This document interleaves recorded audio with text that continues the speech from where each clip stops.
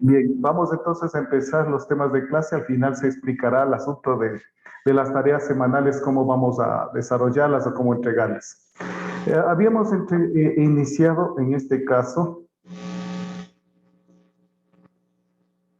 sí, siempre tomamos como referente lo de la semana anterior. Ingresamos ya a la unidad número 4 sobre lo denominado enfoques cuantitativos y cualitativos de la investigación científica.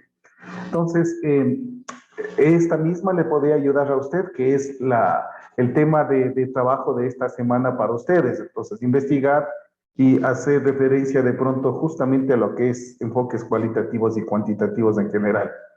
Hay muchos autores que hablan en forma diferente.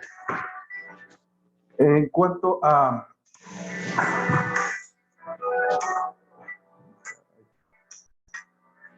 Justo se dedican a tratar de enviar mensajes. Bien, habíamos visto que metodología, en este caso investigación científica más que metodología, viene de investigar, que significa indagar, registrar, descubrir, seguir la pista o huella de algo. Como definición habíamos visto búsqueda de conocimientos en forma sistemática, controlada, crítica, organizada, dirigida. Esa es una investigación científica, porque de pronto podemos hacer una investigación descuartizada, sin orden, todo como va, es una investigación pero no científica. Los objetivos, dentro de ellos hay ya respuestas, revelar incógnitas, pero todo eso se resume en el último, sobre llegar al bienestar humano. Habíamos hecho el análisis varias veces sobre este particular, porque a veces la ciencia nos queda debiendo, ya que nos deja pensando que se gasta mucha cantidad de dinero para encontrar armas letales y hacer daño al ser humano. Como características, soluciona problemas, requiere procedimientos de orden lógico, especialmente en este caso, procesos inductivo, deductivo, analítico, sintético. Esta parte fundamental que es una actividad paciente y seria. Y eso teníamos como ejemplo lo que acabamos de vivir en la pandemia para encontrar una vacuna. Les mencionaba que de acuerdo a la Organización Mundial de la Salud se habla de que vivimos 5 años para tener una vacuna muy aceptable. 10 años la vacuna ya estaría bastante experimentada y muy aceptable. Entonces, las vacunas que tenemos hasta ahora, que son prácticamente un año, un poco más de un año de lo que se ha podido trabajar, son todavía experimentales y puede tener secuelas, y eso es lo que está sucediendo en diferentes grupos humanos. Resultados en un informe para conocimiento de los demás.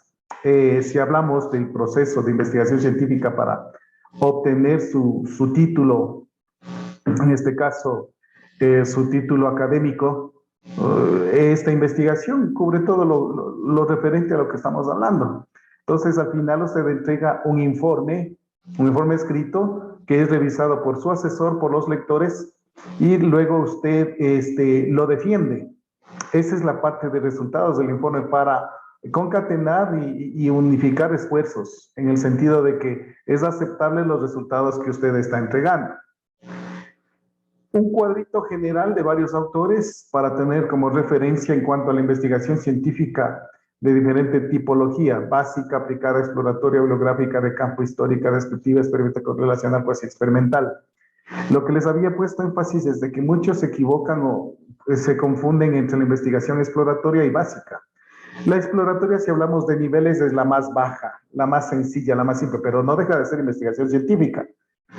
No confundir con la investigación básica. Básica es pura, es muy teórica, que muchas veces se desarrolla esta investigación y tiempo después esta investigación ayuda a aplicarse, exactamente. Bien, lo que nos interesa desde estas clases es esta clasificación. Hablamos desde la naturaleza de información, clasifican otros como investigación cualitativa e investigación cuantitativa. Ir tomando en cuenta esto. ¿Qué significa cualitativa? Viene la calidad. ¿Calidad de qué? Calidad de vida del ser humano específicamente, porque a veces se han desarrollado principios, leyes, determinado cosas importantes dentro de la ciencia desde el punto de vista cuantitativo, pero se han olvidado de la parte cualitativa del ser humano. Entonces, cuando se habla de investigación cualitativa, Hablamos de investigación, acción. Todo lo que está aquí como clasificación tiene que ver directamente con el estudio propio del ser humano. Entonces, investigación, acción, cuando usted tiene una necesidad en un grupo. Por ejemplo, hoy que estamos viendo en el paro nacional, se habla de por qué se podía hacer un análisis, por qué fue el paro, a qué se debió. Y existen como 10 puntos que la CONAIE propone. ¿Cuál de esos puntos puede el gobierno como investigador desarrollar esa propuesta? Se convertiría en investigación-acción. Se convierte en investigación participativa cuando el gobierno mismo está dentro de esa comunidad, está trabajando ahí de pronto con los ministros, con los viceministros, etcétera. Entonces, una investigación-acción se puede convertir en una investigación participativa, porque está desde dentro del sitio donde se genera el problema. La investigación etnográfica es el investigar de pronto grupos humanos que han quedado a través del tiempo y el espacio con características muy antiguas de sus ancestros y que nos ayuda a investigar y a comprender también cosas que han sucedido a través del tiempo y el espacio. Y el estudio de casos, esa es la más central. El estudio de casos es un tipo de investigación, en este caso, muy delimitada, muy delimitada. Cuando se habla de estudio de casos es una persona o un grupo muy pequeño de personas. De pronto es una familia, de pronto es un barrio, no más. Entonces, los resultados obtenidos no se puede generalizar. ¿Por qué? Porque de pronto solamente investigué ahí, obtuve algún resultado importante, pero no puedo yo generalizar que eso va a suceder con todo el mundo, porque es un grupo muy pequeño. Ese es un estudio de caso.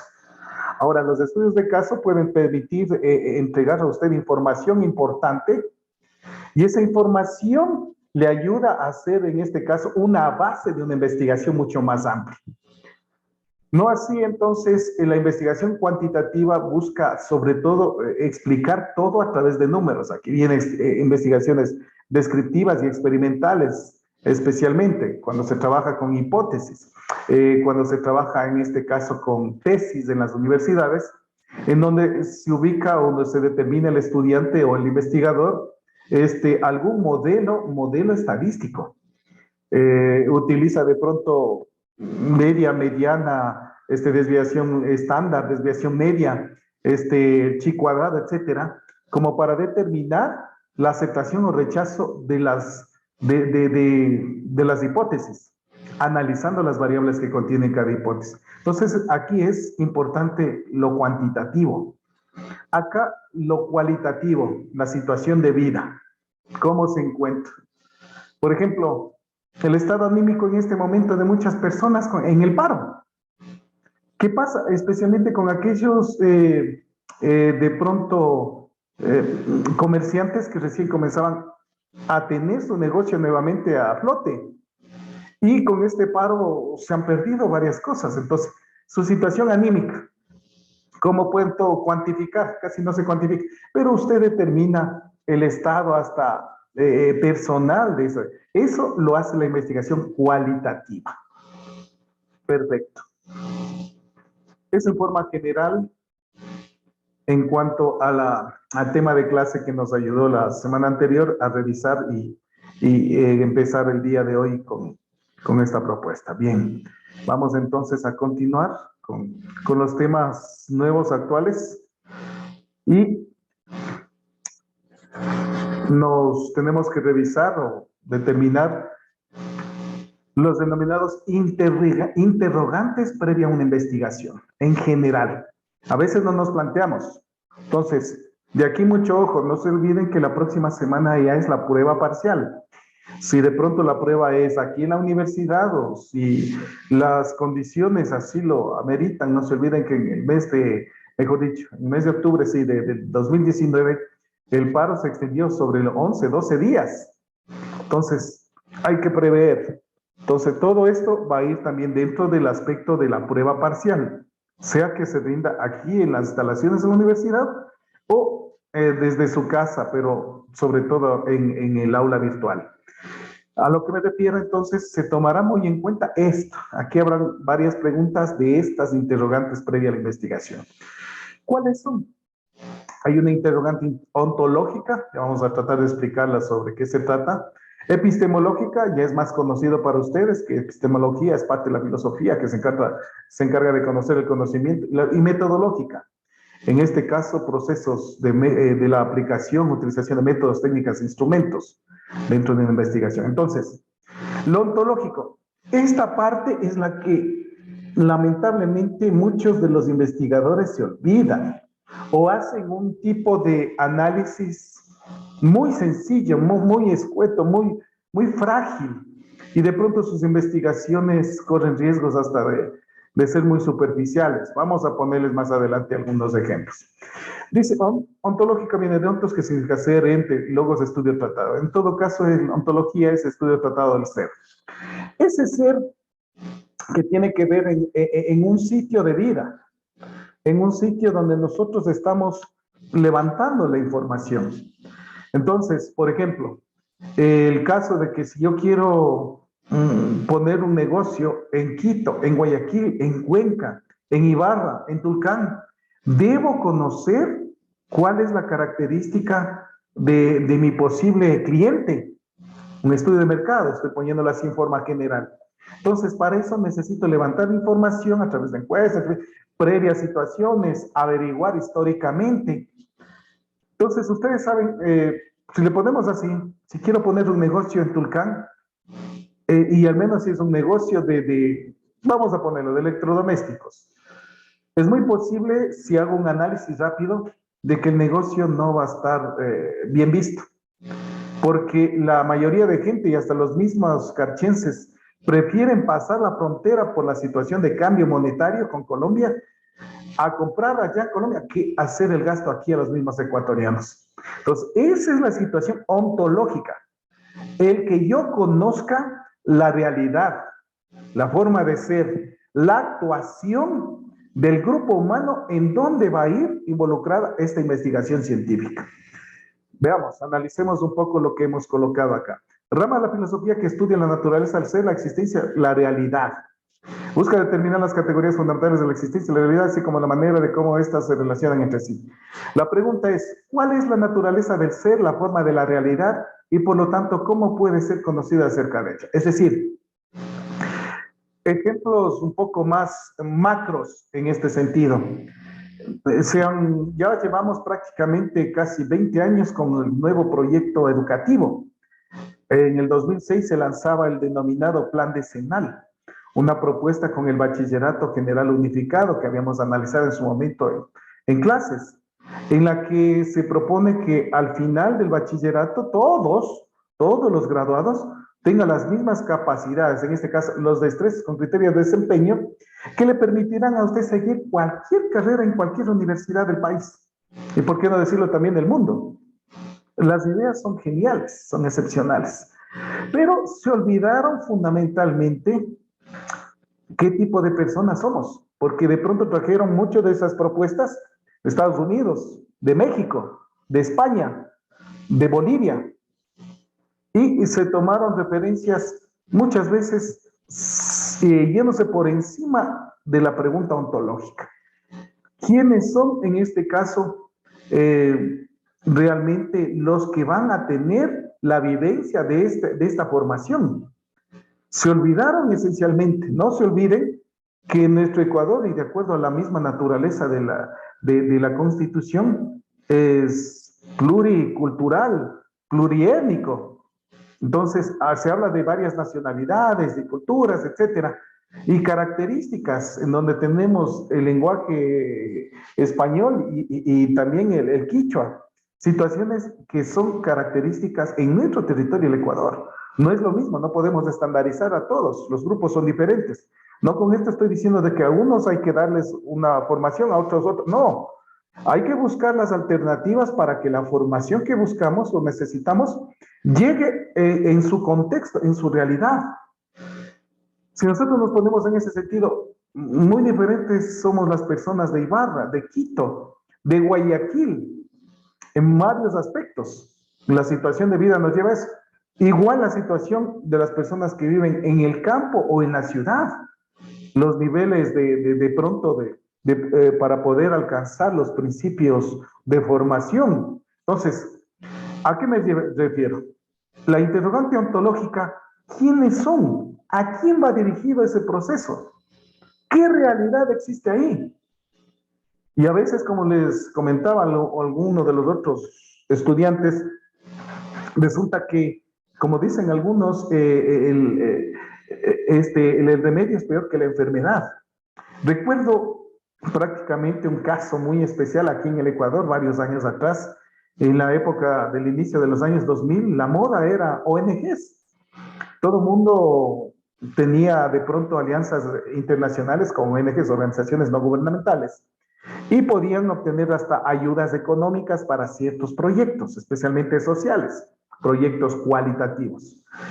Y recuerdo que en el sector del Chimborazo hicieron una investigación, un análisis rápido, y vieron que la gente vivía en hacinamiento, es decir, tenían sus chozas, en donde estaba ahí mismo la cocina, a un ladito estaba el dormitorio, las camas, y más allácito estaban de pronto los cuyes, las aves y algunos otros animales que estaban ahí en ingreso. Entonces decían, no hay verdaderamente un estado de salubridad aceptable para este tipo de personas.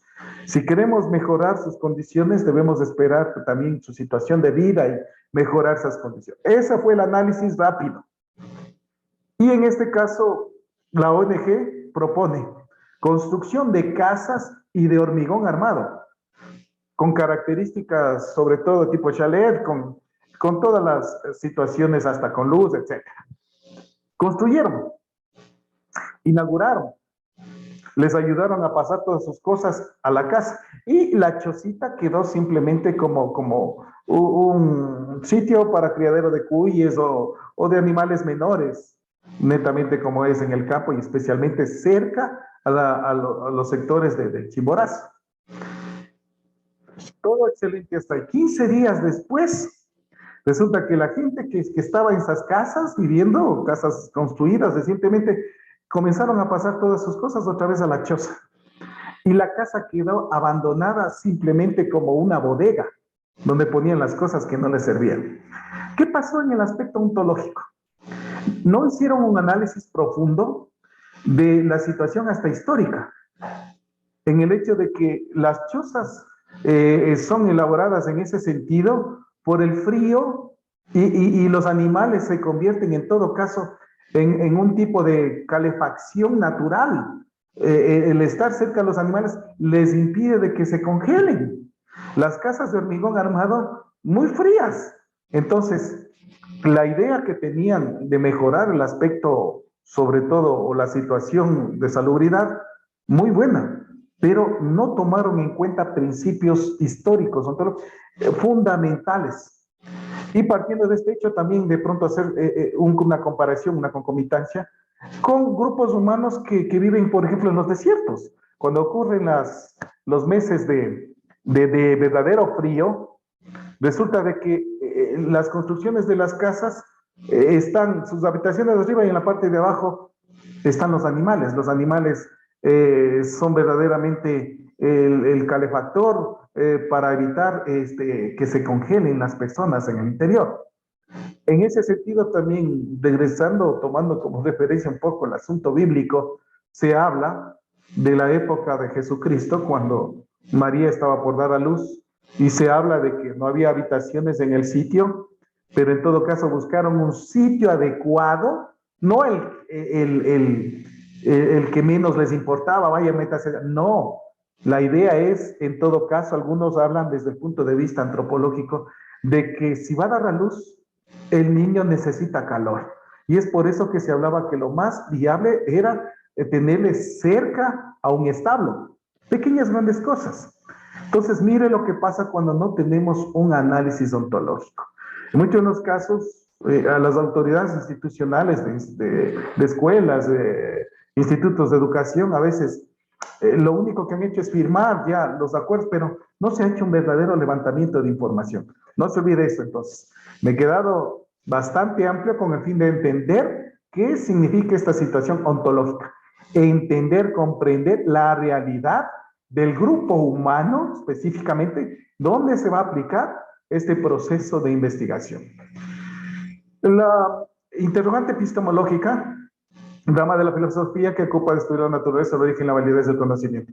¿Cuál es la verdadera pregunta? ¿Cuál es la naturaleza de las relaciones conocer y aquello que será conocido? Si usted propone, vamos a suponer, en este caso, desde el punto de vista de agropecuario, una nueva semilla en un tipo de tierra X, Y, Z, con estas características de clima, etcétera, etcétera. Entonces, necesito entender desde el punto de vista científico quiénes han aplicado, quiénes han utilizado, qué procesos han desarrollado. O sea, ahí busco en revistas, en periódicos, en revistas científicas, en libros, en internet, todo eso que corresponde a la información teórica científica, la base teórica de todo este proceso de investigación. Esta es la parte epistemológica.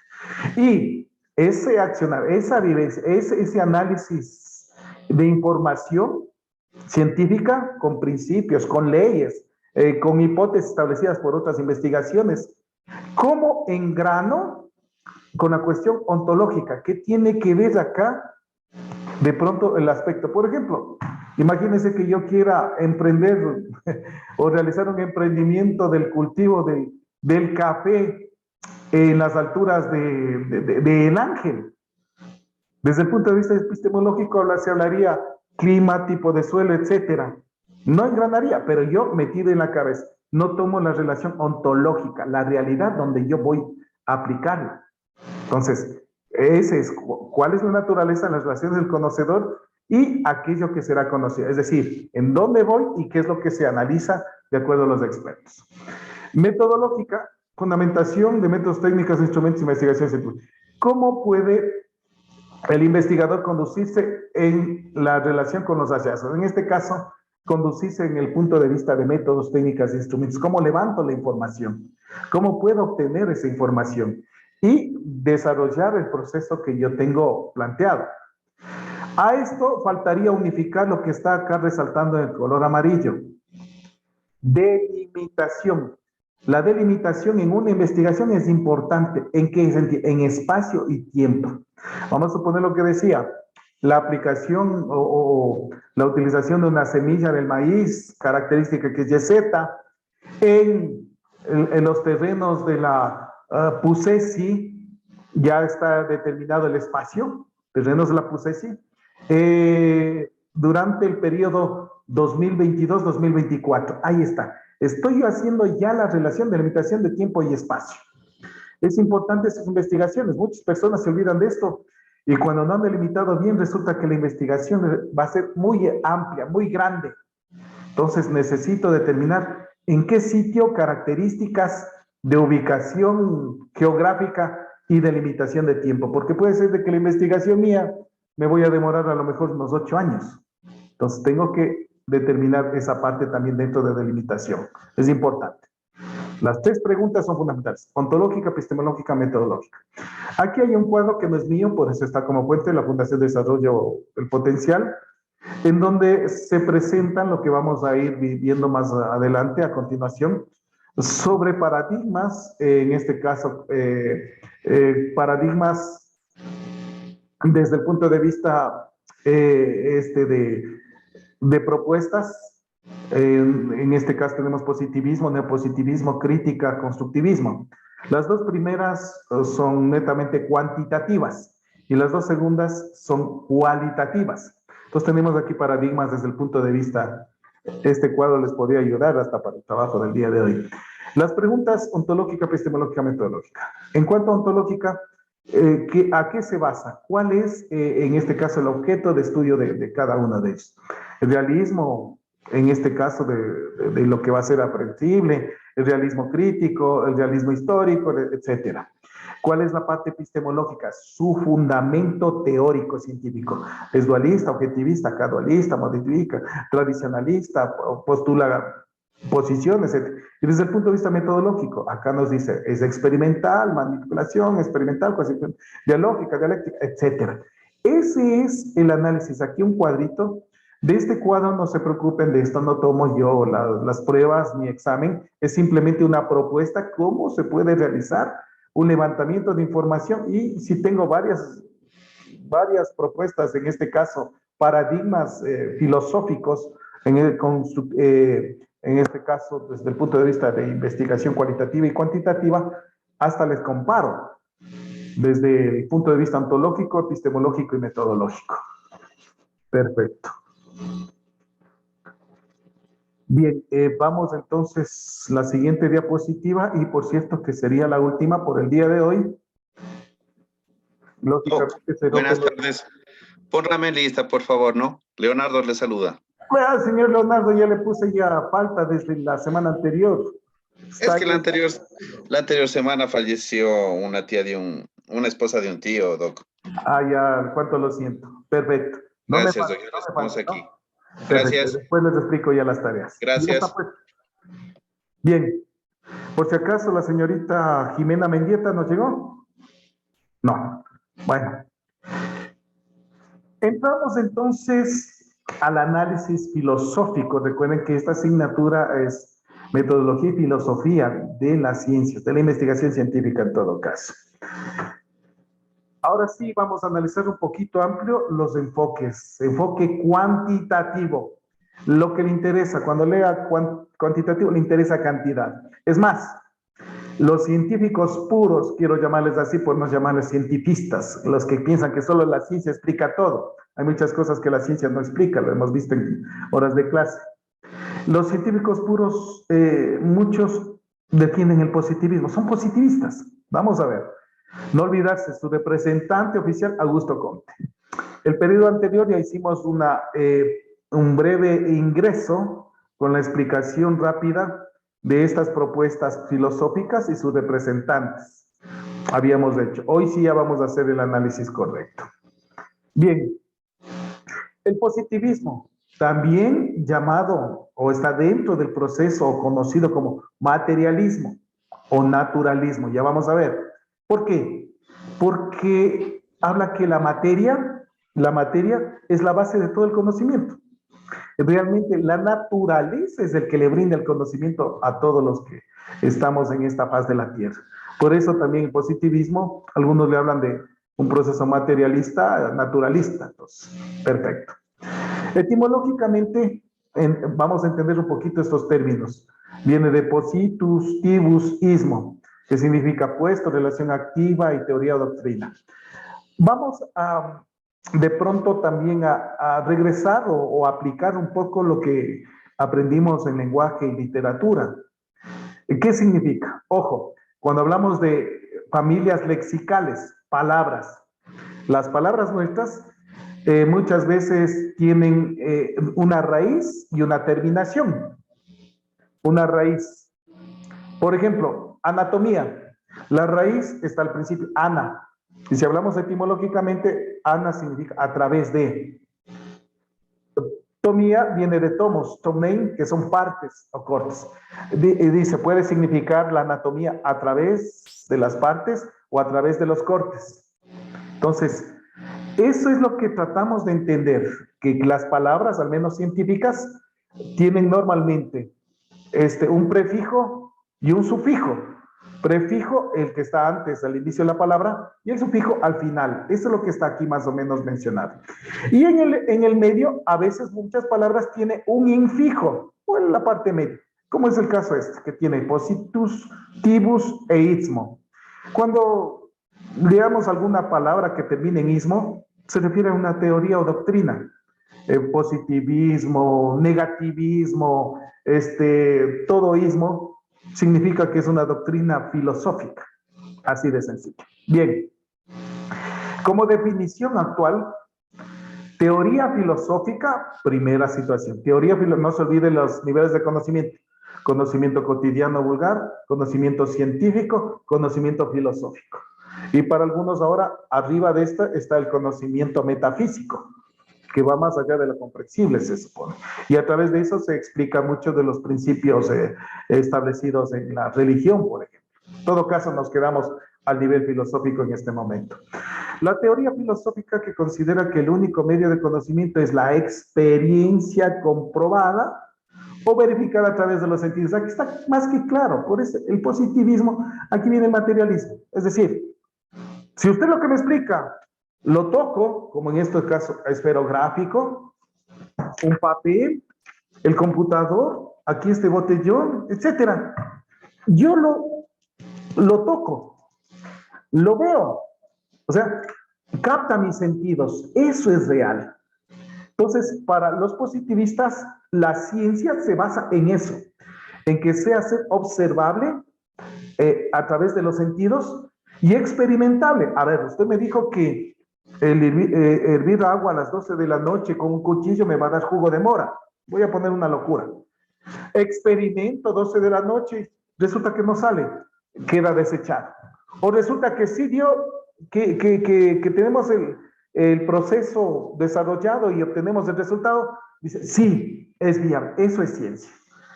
Entonces, no se olvide, aquí estaríamos hablando de dos técnicas, el experimento y en este caso la observación. Y dos métodos, la experimentación y en este caso el determinar las características a través de la observación directa. Sí. Bien, ¿qué más nos dice? Esta teoría afirma que el único conocimiento auténtico es el conocimiento científico, método científico. ¿Y cuál es este método científico de conocimiento? El que se logra a través de la experimentación y observación con nuestros sentidos. Perfecto. Veamos un poquito de historia, su origen. Aproximadamente en los siglos XVI y XVII. No olvidemos que a finales del siglo XV, inicios del siglo XVI, ese gran cambio que tuvo sobre todo la situación de conocimiento humano que fue el Renacimiento. Por si ya se van dando cuenta, origen. Una vez que se ha desarrollado el Renacimiento, el positivismo es importante para entender la naturaleza del conocimiento. El filósofo político, abogado, escritor, canciller de Inglaterra, Francis Bacon. Sir Francis Bacon es uno de los que defienden esta propuesta. Es uno de los que originan esta propuesta del positivismo. Surge como manera de legitimar el estudio científico naturalista del ser humano, es decir, individual colectivamente. Nosotros somos parte de este proceso, encontramos de que tenemos una naturaleza y esa es característica del ser humano. Por eso diríamos acá positivismo como materialismo o naturalismo. Se deriva de la epistemología que surge en Francia a inicios del siglo XIX. Va acomodándose en varios países. Se ha extendido en toda Europa y va formando un proceso filosófico muy arraigado, muy fuerte. En cuanto a los inicios del siglo XIX, Saint-Simon, Jean Stuart Mill y específicamente Augusto Comte. Se le coloca a Augusto Comte porque él da los principios fundamentales del positivismo, pero no es el creador, como se dieron cuenta. Viene desde el siglo XVI con Sir Francis Bacon y después va desarrollándose sobre todo en Europa y varios autores. Él toma referencia de ello y presenta principios establecidos como fundamentales para el positivismo. Por eso se le toma como representante. Cuidado, no es el fundador, es un representante fundamental del positivismo. Bien, se extiende y se desarrolla por el resto de Europa en la segunda mitad del siglo XIX. Perfecto. Características, ¿qué características tiene el positivismo para entenderlo un poco más? Y esto sí suelo tomar. Rechaza las nociones a priori y todo concepto universal y absoluto. A ver, cuando hablamos de nociones a priori es el hecho de que creo que, pienso que, parece ser, es que ya se sabe. Esos términos para el positivismo no existen. O es o no es, eso es todo. A ver, presénteme, esto es esto, esto es esto, esto es esto, y las características, diferencia por esto. A eso es, o sea, no hay el que creo que el esferográfico que venden en la otra esquina, creo que no es tan bueno. No, no hay esa situación a priori. Tiene que ser observado, experimentado, verificado. En cuanto al concepto universal de absoluto, el absoluto no se olvide de que hablan de que lo que se dijo hoy no va a cambiar nunca. Entonces, Característica de la ciencia que puede cambiar, es dinámica, no es estática. En cuanto con la religión, el positivismo, miren lo que pasa con la religión y la metafísica, que ya vamos a ir más adelante. Existen fuertes choques con las religiones, porque son contrarias a las pruebas concretas y a la razón lógica. La religión es netamente ideal, se basa en la fe, creo que, y en este caso, el positivista, indíqueme cómo es. Por ejemplo, principios que están en la Biblia, como el hecho de que María fue embarazada por obra y gracia del Espíritu Santo. Cuando sabemos desde el punto de vista científico que para que una mujer se embarace necesita haber tenido un contacto, sobre todo sexual. En otras palabras, por lo menos la unión del óvulo con el espermatozoide. Porque hoy día no se necesita tanto el contacto sexual, porque podemos tener una fecundación in vitro. Exactamente. Entonces, en todo caso, el contacto, esa unión. Esa es la característica positivista, lo que ya se sabe, lo que se conoce, lo que ya se ha argumentado, se ha experimentado, se vive. Pero lo otro, ¿cómo lo fundamento? Eso dicen los positivistas. Por eso, un fuerte choque con la religión. En cuanto a la sociología, dama que estudia la sociedad de forma científica positiva, atención, relaciones sociales.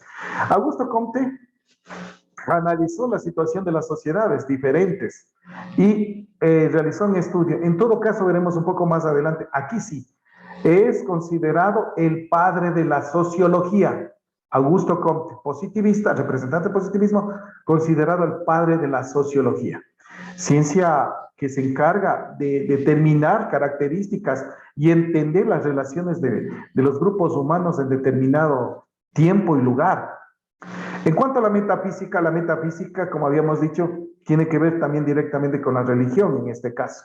Rama que trata de negar o contradecir el positivismo hablando y estudiado con aquello que se encuentra por encima de lo físico. Es decir, en este caso, las creencias, las situaciones por allá de lo físico. Por ejemplo, el hecho de que los ecuatorianos muchísimo aplicamos la religión y la metafísica. Cada vez que vamos a votar, siempre vamos con la idea de que voy a votar por tal persona esperando que las condiciones de vida mejoren, esperando que exista más trabajo, esperando, eso es.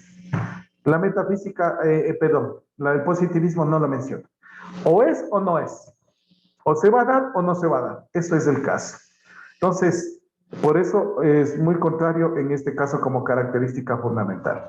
En cuanto con el gobierno se sirve ampliamente el positivismo para establecer sus leyes reglamentos. Vamos a ver, especialmente la jurisprudencia utiliza mucho el positivismo, porque si todas las ciencias llegan a elaborar leyes, primero principios, luego en este caso propuestas, principios, hipótesis, principios, leyes. La ley es muy general.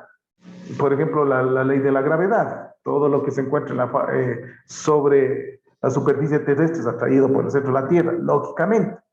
Entonces, ya hasta ahí los números, lo que se habla. El cálculo, sobre todo en este sector del planeta, 9.81 metros sobre segundo al cuadrado, son constantes físicas, números, características del positivismo.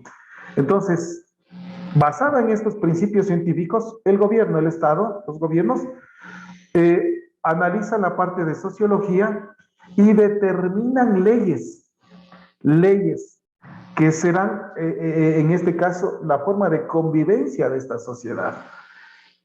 Ya vamos a ver un poco más adelante en este aspecto. Entonces, los que estudian jurisprudencia deben conocer muy bien este aspecto filosófico del positivismo para poder crear y engranar leyes. Miren, preguntaremos, empecemos por los concejales municipales, los consejeros provinciales, los diputados, asambleístas. ¿Qué fundamento tienen de positivismo? Si les preguntamos, ni siquiera van a saber qué. Para poder elaborar y establecer lo que están haciendo su trabajo, deben establecer principios positivistas. Primera situación.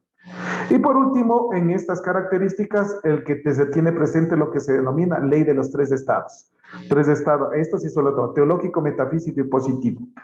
A ver, Muchas veces cuando hacen un análisis de Augusto Comte y su propuesta del positivismo, solamente argumentan esta parte, que de pronto resume todo lo que he dicho anteriormente. La ley de los tres estados. Entonces, el positivismo debe conocerse el famoso ley de los tres estados. ¿Qué dice? El estado teológico ficticio, el estado metafísico o abstracto y el estado positivo científico, que es el estado hacia donde llega la ciencia. Estas tres leyes o estados, Augusto Comte lo analiza desde el punto de vista hasta histórico del ser humano, ya vamos a darnos cuenta. Y que de pronto también se puede analizar alguna sociedad, algún país, que en qué estado se encuentra y no rebasa en esos procesos. Vamos a ver. El estado teológico ficticio, no se olvide ficticio, inventado, que no existe en la realidad, es provisional y preparatorio. Se presentan tres fases. Hasta en este estado ficticio, tres fases. El fetichismo, que se personifican las cosas y se le atribuyen un poder mágico divino. De pronto a los monstruos, a las aguas, el dios sol, la diosa luna que tienen poderes. Ese es el estado ficticio. El politeísmo, en que les convertimos en dioses. Entonces, poli significa varios, muchos dioses.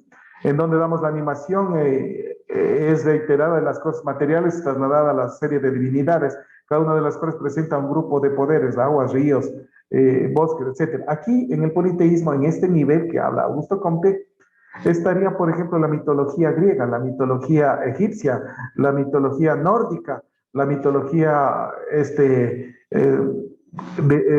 Roma, los romanos, mitología romana, en donde miren que el dios del fuego, el dios del universo, el dios de la oscuridad, el dios del viento, el dios del agua. Entonces, ahí vamos viendo, miren, este análisis ya lo hicimos antes en otras clases. Entonces, estamos unificando estos criterios dentro de la propuesta de Augusto Comte. Ese sería politeísmo. Luego se llega a un monoteísmo, fase superior en la que todos esos poderes divinos quedan reunidos, concentrados a uno solo, y le llamamos un Dios. El caso de nuestra religión católica, que es monoteísta, que hablamos de un solo Dios, pero este es tan importante para nuestra religión, que es el triuno, el Padre, el Hijo, el Espíritu Santo, que los tres forman un solo Dios. El tratar de entender esos procesos. Bien. En este estado predomina la imaginación y corresponde a la infancia de la humanidad. Es realmente la edad antigua. Vean, lo que hemos visto anteriormente cae en estas propuestas, sobre todo de Augusto Comte, en cuanto a su materialismo, en cuanto a su positivismo. Realmente este es el estado inicial de la sociedad. Y ya que se pone aquí, hace un análisis también. Augusto Comte dice: podría mencionarse de que el estado teológico ficticio, si hablamos del ser humano, sería la infancia, recién está iniciando, lo más bajo, recién el aprendizaje. El estado metafísico abstracto vendría a ser la pubertad y adolescencia. Y el estado positivo científico viene a ser ya la madurez, ya es el adulto con madurez. A eso se refiere más o menos en los tres estados compuestos sobre todo por Augusto Comte. El estado metafísico abstracto, estado intermedio entre el teológico y positivo, lo vivimos en un momento, sustituye las divinidades de las gentes sobrenaturales por entidades ontológicas, dependiendo en este caso del lugar donde se hable, se mencione las creencias, la fe. El carácter de este estado metafísico es sobre todo crítico y negativo, de preparación al paso de estado positivo. Es una especie de crisis de pubertad en el espíritu humano antes de llegar a la adultez. Es decir, o soy, no soy, me quiero, no me quiero, a eso se refiere. No olvidemos de que siempre tenemos esto, la famosa fe que nosotros tenemos al votar, que acabé de mencionarlo. La fe en nosotros mismos. Y algunas quizás basado en este estado metafísico abstracto. Muchas cosas médicas, por ejemplo, son inexplicables. El caso que ocurre de enfermedades a personas que ya les han mencionado médicamente, científicamente, que están desahuciadas, que les queda solamente un mes de vida, 2 meses, 3 meses, van 10 años y siguen vivos. Casos como, yo conozco algún par de casos de personas que les fueron diagnosticadas cáncer, y a través de su fe, de su situación, de oración, y qué sé yo, resulta que les hacen los exámenes y dicen, ¿qué pasó? No tiene nada. Cuando de pronto ya estaba ya en un estado de metástasis, o sea, regado el cáncer por todo su órgano, y resulta cosas que la ciencia no puede explicarlo, y podría llegarse a este nivel metafísico abstracto, en donde hay una crisis, pero no hay la explicación de la ciencia. Entonces, considera todo aquello que no puede ser tocado, pero se está en un campo de no tangible. Puede implicar un estudio de lo que se imagina. Por ejemplo, en este caso estaría cuando nos imaginamos sobre el amor y le ponemos hasta un color, el odio, le ponemos otro color, la virtud, la esperanza, y ponemos hasta colores que no vemos en la realidad, no existe, pero el hombre ha tomado como referencia un aspecto abstracto. En todo caso, muchos, dependiendo sus características, determinarán y hasta definirán qué es para cada uno el amor, qué es para cada uno el odio, qué es para cada uno la esperanza. El estado positivo científico, en este caso, es real, es definitivo, es lo que tangible, que decíamos, la imaginación queda subordinada a la observación. Yo no me imagino. Es. ¿Y qué es lo que explican, por ejemplo, algunos? El amor no es otra cosa que una cantidad de hormonas que recorren nuestro organismo, nuestro cuerpo, y eso lo explican a través de la neurociencia actualmente, por ejemplo. La mente humana se atiende a las cosas. El positivismo busca solo hechos y sus leyes, no causas ni principios de las existencias, sino todo lo que es, todo esto es inaccesible, dice, causas y principios. El positivismo se atiene a lo positivo, a lo que está puesto dado, de la filosofía del dato, lo que decíamos. Estamos hablando de que actúa la gravedad sobre todos los cuerpos y ahí está el dato, 9.81 metros sobre segundo al cuadrado. Que la luz, ¿qué es la luz? Tiene estas características, ya hablamos de la velocidad de la luz, 300.000 kilómetros por segundo. O sea, ese es el dato, eso es lo positivo, eso es lo viable, lo experimentable, lo observable. Lo que llamamos ciencias positivas es el resultado de aplicar la observación en la esfera del conocimiento y la eficacia de la práctica del mismo. Son el resultado de la sustitución de la imaginación por pienso que la luz es así, creo que no. El famoso creo, pienso, se queda a un lado en lo positivista. ¿Es o no es? Aquí unas corrientes positivistas de que vamos a analizarlo un poco también más adelante. El denominado positivismo ideológico, el positivismo metodológico o conceptual, positivismo analítico, positivismo sociológico, que decíamos que es la sociología misma, positivismo realista, el neopositivismo, también conocido como empirismo lógico o neopositivismo lógico. El positivismo jurídico, la psicología conductista, perdón. Estos dos últimos, veamos si es que hay algo más adelante. En cuanto a la psicología conductista, es experimental. El conductismo es experimental, es base de la psicología. Cuando se comienzan a trabajar en aspectos de enseñanza-aprendizaje, se toman como referencia propuestas psicológicas y una de ellas se ha tomado desde el conductismo. Si hablamos de modelos pedagógicos, me permiten, hay el modelo pedagógico tradicional, el modelo conductista, el escolonovista, el modelo, en este caso, pedagógico cognitivista. Y cada uno de estos puede tener corrientes, enfoques diferentes, pero con características fundamentales. Hoy nuestra propuesta educativa en el Ecuador habla como interesante de que es una propuesta sobre todo constructivista, que es propiamente el modelo cognitivista. Constructivista hacia el aprendizaje significativo y el desarrollo de destrezas con criterio de desempeño. Brutal. Parece que con eso estamos listos, pero cuando aplicamos, no lo hacemos. Y les voy a poner ejemplo. Miren, el mismo hecho que en los colegios, se toca el timbre o la campana y todo el mundo al inicio de clases tiene que formarse. Eso es propio conductismo.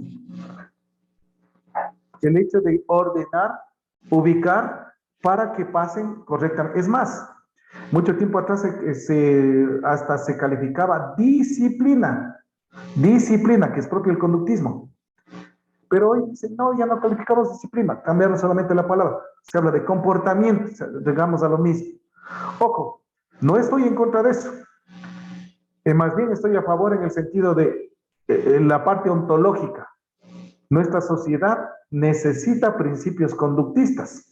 El mismo hecho de tener en el aula de clases, les decía a ustedes en un momento, las bancas ubicadas hacia la pizarra, etcétera, ese es un proceso conductista. En las instituciones educativas, el uniforme para que todos no se sientan mal, todos sean iguales, etcétera, es un proceso conductista. Es más, en las empresas o en las fábricas les tienen el mismo uniforme, un solo uniforme para los trabajadores. Y eso hace que cada trabajador sea uno más un engrane, ni más ni menos que el otro. Y algunos, desde el punto de vista psicológico, social, hablan de que pierde hasta la esencia individual, porque al ponerse el uniforme, resulta de que se engrana y es parte de ese común y pierde su esencia individual. Principios interesantes que de pronto en este momento no podemos analizarlo muy ampliamente, pero a eso llegamos. Por ejemplo, parte de los experimentos del conductismo fueron con animales. El que usted le llame a su perrito y le dé un pedazo de carne, se acerca y le pida la patita, le da la pata y le da la carne. Entonces, se viene con, en este caso, con el que usted tenga premios que le entrega al animalito. ¿Qué pasa? Esta misma idea se ha comportado, se ha llevado a la escuela. Le voy a poner los ejemplos, los famosos sellitos que le ponen a los niños, carita feliz, carita triste, carita enojada, situaciones que el niño, bravo, me puso 5 caritas felices, es la entrega de un premio frente a un proceso educativo que el profesor ha entablado. Eso es todo. El mismo hecho del nombrar, en este caso, el cuadro de honor, abanderados, es propio conductista. No se ha perdido, seguimos en lo mismo, pero dicen de que ya no somos conductistas, somos una propuesta constructivista, con aprendizaje significativo y que a veces ni lo entendemos. Entonces estoy dándoles aquí la esencia, cómo se utiliza experimentalmente todo esto. Alguien creo que quería decir algo, no sé. Veo que está el micrófono abierto, Esteban Yepes. ¿Quería decir algo? Tal vez. Ok. Continuamos, avanzamos. Como les decía, este momento de revisar las propuestas filosóficas un poco más amplias. Entonces llegamos al positivismo, es el hecho, es la única realidad científica, la experiencia y la inducción, los métodos exclusivos de la ciencia. Entonces, hablamos de aquí métodos, técnicas e instrumentos directamente involucrados. Por su lado negativo, el positivismo es negación de todo ideal, de los principios absolutos necesarios, es decir, de la metafísica. Por ejemplo, para el positivismo no existe pensamiento. Usted en este momento dice, estoy oyendo varias cosas medias locas o interesantes, cada uno de ustedes, no sé ni lo que piensa. Eso es real, pero para el positivismo no es, porque no lo puedo medir, no lo puedo sacar, etc. Hoy con la ayuda de la tecnología ya se puede hablar un poco sobre el aspecto del tener analizado los procesos de pensamiento a través de las tomografías axiales computarizadas. Ya se puede mencionar en ese sentido, pero para el positivismo eso no es viable. El positivismo también es la actitud práctica, la afición extrema al goce del tipo material, la tendencia a priorizar los aspectos materiales de realidad sobre todas las cosas. Aquí viene el por qué es materialista. Todo lo que sea tangible es positivista, lo demás no existe. Y en este sentido se ha caído hasta en el desarrollo de las personas en forma de la humanidad, el sentido de que mientras más tienes, más eres. Según lo que tienes, eres. Se olvidan del ser y se habla aquí del tener, que muchas veces estamos hablando. El positivista, el tener. ¿Dónde está? ¿Qué es lo que tienes? Dices de que eres un sujeto que ha tenido mucho, en este caso, mucha suerte. Bueno, la suerte no le da el positivismo, mucho progreso. Indícame, ¿cuántas casas tienes? ¿Cuántos autos tienes? Eso es el positivismo. Tiene que explicar lo que usted está mencionando, pero si de pronto dice, yo me siento un hombre feliz, millonario, porque tengo mi familia, no tengo problemas, no tengo deudas, no tengo mucho dinero, tengo mi casa, listo. Pero para el positivista dice, no, eso no es nada. No llegas tú a satisfacer la convicción de lo que tú estás mencionando, de que un hombre feliz, un hombre que de pronto tienes todo lo que debería tenerse. Bueno, ahí vienen situaciones negativas. Un hecho positivo es un hecho experimentable, verificable, repetido, que implica una ley natural, la cual a su vez se convierte en una ley científica. Lo acabamos de decir completamente. En cuanto al carácter social del espíritu positivo, el aspecto de la sociología, me refiero. Augusto Comte es el fundador de la sociología, ya lo dije. Esto suele tomar en las pruebas. ¿Quién es el fundador? ¿Qué hizo de frente a la situación social? Es el fundador de la sociología. Intenta llevar el estado positivo al estudio de la humanidad, entonces quiere hacer algún tipo de observación, experimentación, para ver cómo reaccionan los seres humanos. En la sociedad rige también y principalmente la ley de los tres estados. Entonces, a él habla, al hacer el análisis de las sociedades, determinar en cuál de los tres estados se encuentra. Se encuentra en el estado inicial, en el estado medio o en el estado final, así como lo menciona justamente en su ley de los tres estados. El positivismo en la ciencia, Comte intenta en curso de filosofía positiva, este es lo que él escribió, lo que él presentó, una nueva clasificación. La ciencia de clasificación está basada en dos nociones, la de simplicidad y la universalidad. En este caso, jerarquizadas, las ciencias serán tanto más puras y tanto más exactas cuando más simples, y cuando más universales sean formuladas sus principios. Esto no lo va a tomar en cuenta, ni lo que viene acá, pero es un análisis general para que tengan ustedes información.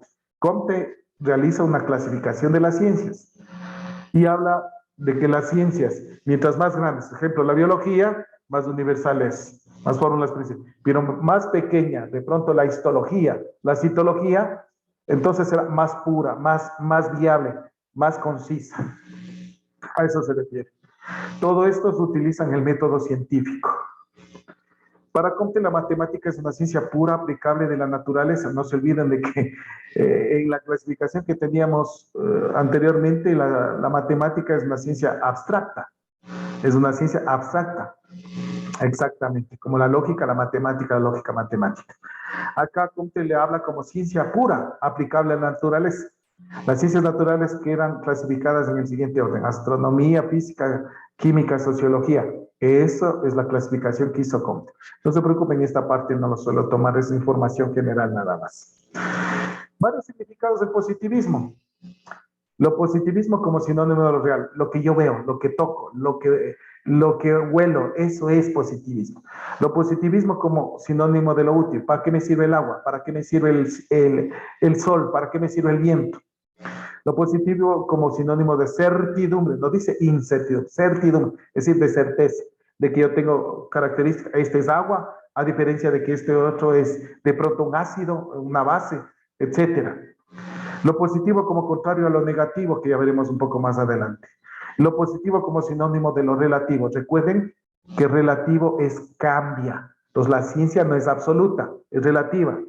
En la diapositiva que les presentaba aquí al inicio, justamente se hablaba de que como estado fundamental, que no es como característica también que la ciencia, o en este caso conocimiento, no es absoluto, no es absoluto, es relativo, justamente lo que estamos mencionando en este momento. El antipositivismo, si hay el positivismo que niega hasta la existencia de las ideas, del pensamiento, pues existe una corriente antipositivista, sobre todo actual. El antipositivismo, conocido como no positivismo o sociología interpretativa. Veamos. En la actualidad se podría equiparar los métodos de investigación cualitativos, mientras que la investigación positivista es más cuantitativa. Correcto. Los positivistas suelen utilizar experimentos y encuestas estadísticas con métodos de investigación, mientras que los antipositivistas utilizan métodos de investigación que se basan en entrevistas no estructuradas, observación participada. A ver, ¿qué es lo que trata de decirse aquí? Los positivistas son netamente cuantitativos, datos, estadística, investigación cuantitativa.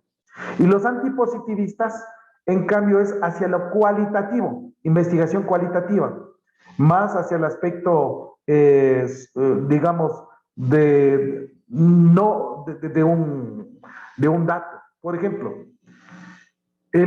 su jefe que es muy exigente, de pronto llega donde usted un día X, que usted está bajoneado, y llega y le da una palmada en la espalda y le dice, excelente trabajo, eres un buen trabajador, nunca antes le había dicho. Usted se queda ahí sorprendido, se queda emocionado y una energía brutal para ponerle más énfasis, porque le están reconociendo. Aquí viene el aspecto antipositivista. Para el positivista, ¿de qué sirve eso? No, es un aspecto muy superficial. Para el antipositivista, denominado así, en la sociología interpretativa, es mucho. Es un aspecto, en este caso, cualitativo. Usted no puede medir en esta situación su ánimo, su situación de ser humano en forma numérica, pero sí en calidad, en que por fin reconocieron mi trabajo, por fin reconocieron mi esfuerzo y por fin sí están dando los frutos que yo esperaba. Esa es la investigación cualitativa. No hay datos, pero esa palmada hizo que usted de pronto tenga una situación anímica personal muy elevada. Pero que los cualitativos no dicen, es una tontería, simplemente así. No es así. Ustedes muchos saben a lo que me refiero. De pronto, como decían por ahí, hasta en algún video de bromas, las sociedades antiguas, el papá sobre todo, no le hacía mucho caso a los hijos. Y cuando el papá le decía, a ver, mijo, te preparé un café, el hijo se quedaba, pero mi papá me preparó café, me siento, eso es lo cualitativo, tomando como referencia algo que se me vino a la mente de algún video que había observado, que es interesante, y cómo van cambiando las sociedades. En la actualidad, métodos positivistas y no positivistas se combinan a menudo. Lo que estaríamos hablando de los cualitativos y cuantitativos se unen a menudo para elaborar propuestas y trabajos de mejor calidad. Varios análisis para el positivismo. Vamos a ver. En el caso del positivismo hay un uso especulativo de la razón para el entendimiento humano, porque no hay posibilidad de una comprobación empírica o con los sentidos. En este caso, o es o no es. No hay posibilidad de algo empírico o con los sentidos, por lo tanto no es. Eso dice, se deja. El caso que ponía yo hace ratito, ¿cómo puede explicar el médico de que un paciente que tenía 2 meses de vida ya estaba viviendo 10 años? A eso va. Las ideas religiosas o metafísicas no son demostración de aquello que encaja con la propuesta positivista que apela por el objetivo estrictamente fáctico. En este sentido, la noción judeocristiana que se encuentra en las revelaciones sagradas no tiene sentido. Acabé de mencionar. Todos los positivistas dicen, no, es solamente un cuento a lo mejor de una buena noche para que se den, pero no acepta sobre todo el aspecto religioso. Lo que usted piensa en este momento no puede ser medido y en este sentido no encaja como parte del paradigma positivista. Lo que acabo de decirles, el pensamiento no puede ser medido, por lo tanto, por los positivistas no existe. Análisis que se hace sobre la voluntad, emociones, sensaciones, acabo de decir, ¿por qué estas experiencias de la vida de las personas no pueden medirse? ¿Cómo puedo medir yo esa voluntad? El hecho que estemos aquí en clase mucho es voluntad, mucho es, algunos quizás le dejaron encendida la cámara y se fueron, pero otros están ahí atentos y tomando referencia a lo que digo respecto a qué se les va a tomar en cuenta. Entonces, esa es la voluntad que se tiene uno. En cuanto a los positivistas, no puede medir la voluntad. Desde el positivismo usted no tiene pensamientos, ahí está. Desde el positivismo usted no tiene pensamientos, sentidos o voluntad. En teoría, lo que más se acercaría a esta postura en la actualidad serían ciertas propuestas desde las neurociencias. La neurociencia que acaba de manifestar, sobre todo que el amor no es más que un hecho de desencadenamiento de hormonas, especialmente oxitocina, vasopresina, etcétera, que producen un cambio a través del viaje en la sangre, qué sé yo. Entonces, eso es lo que trata de explicarse con la neurociencia. Pero para estructuras positivistas, mientras no exista algo científico, no es viable. Y es algo inmensamente inexplicable. El que alguien se enamore de alguien de pronto es una persona fuerte, es una persona dura, rígida. Siempre va a haber alguien que le desarme completamente. Y usted no sabe ni si va para adelante o va para atrás, y cuando se le cruzan las ideas, no tiene ni cómo decirle cómo se... Ahí viene el asunto, ¿qué pasa? Se desencadena una situación interna que comienza porque una persona le gusta, o peor todavía, se enamora. Para el positivismo no hay tales. En otras palabras, un hecho fáctico mesurable tiene que ser todo ese proceso explicado. El positivismo jurídico se puede resumir que la idea de hechos palpables son las leyes o demás no cuentan con lo absoluto. A ver, aquí un poquito de esta particularidad. ¿En qué se basa lo que decía? Deberían tener por lo menos un principio de conocimiento del positivismo para elaborar las leyes. Si hablamos de que las ciencias presentan hipótesis, teorías, las teorías, principios, leyes, las leyes son generales. Si Augusto Comte estudió la sociedad y para el principio de vivencia de la sociedad necesitamos principios, leyes que permitan esa interrelación dependiendo de la sociedad. Partamos de este hecho jurídico de entendimiento. La máxima ley de un Estado es la Constitución, elaborada de acuerdo a los principios propios de ese grupo humano. Nuestra Constitución es eso, que habla de multiétnica, multicultural, plurinacional, etcétera, en donde se habla hasta de cuál es el lenguaje oficial, el español y también el quichua. Principios fundamentales propios de esa entidad, generales. Entonces, eso establece una jerarquía de ley. La Constitución es la ley máxima del Estado. Bajo esa Constitución están las otras leyes generales. Ley de educación, ley de ¿cómo es? Ley ambiental, etcétera. Todas las otras leyes. Pero esas leyes tienen que estar por debajo de la Constitución. Ese es un organismo fundamental en la estructuración de leyes. Y luego debajo de esas están de pronto los acuerdos ministeriales, los decretos presidenciales, pero que no pueden ir en contra de la Constitución. Y a veces hay decretos que se van en contra de la Constitución. Es lo que están peleando los indígenas. Señores, están emitiendo criterios que están en contra de la Constitución. La Constitución dice tales cosas, y especialmente el artículo 98, el que tengo derecho a la resistencia. De eso se basa mucho. Entonces, no puedo yo impedir situaciones, pero también hay procesos en los que se habla de que no puedo hacer daño en nombre de esa protesta. Entonces, hay situaciones en las que los abogados juegan muchísimo en ese sentido. Bajo eso que acabamos de mencionar, se encuentran las ordenanzas municipales. Las determinaciones, en este caso, a veces los municipios se creen dueños absolutos del territorio y crean ordenanzas que van en contra de las leyes o peor, en contra de la Constitución. Si alguien de pronto conoce un principio jurídico, puede seguirle un juicio y que está atentando contra las normas fundamentales de esa organización social. Y muchas de esas, de pronto, ordenanzas municipales, es que es el municipio. No, señores, el municipio está muy por debajo de la Constitución y las leyes generales. Las ordenanzas municipales están por debajo. Entonces, tiene que subordinarse de acuerdo a cómo está todo lo demás. Es principio fundamental, por eso les decía, al menos los concejales, ustedes de pronto pueden ser representantes, concejales, consejeros, diputados, asambleístas, deben saber estos principios fundamentales.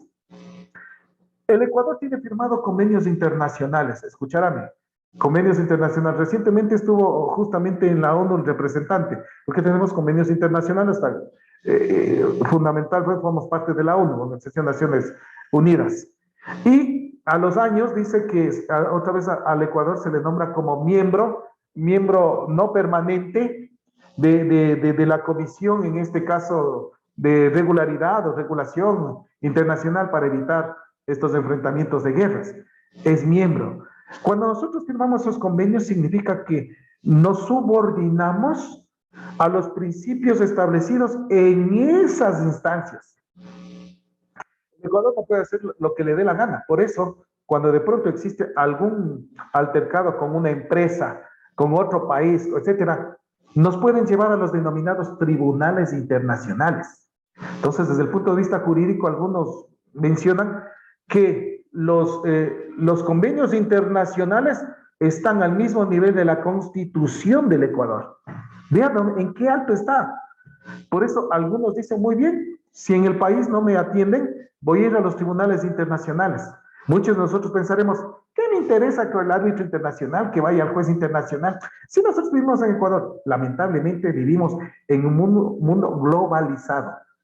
Y el momento que usted atenta con algo contrario a los principios establecidos en la normativa internacional y que usted tiene firmado convenios, tiene problemas con el grupo que forma parte de eso, especialmente las Naciones Unidas. Así de sencillo. Entonces, aquí está un ordenamiento y hablando fundamentalmente del positivismo jurídico.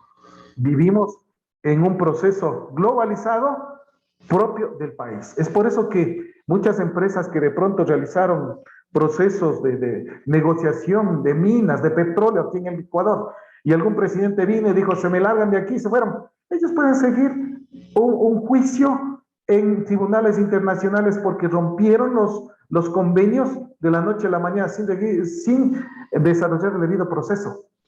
Así se está llevando la plata. Entonces, ese es el caso fundamental, compañeros jóvenes, sobre el análisis del positivismo jurídico fundamental. Perfecto. Eso es lo que hemos tenido que mencionar, especialmente dentro del aspecto del positivismo.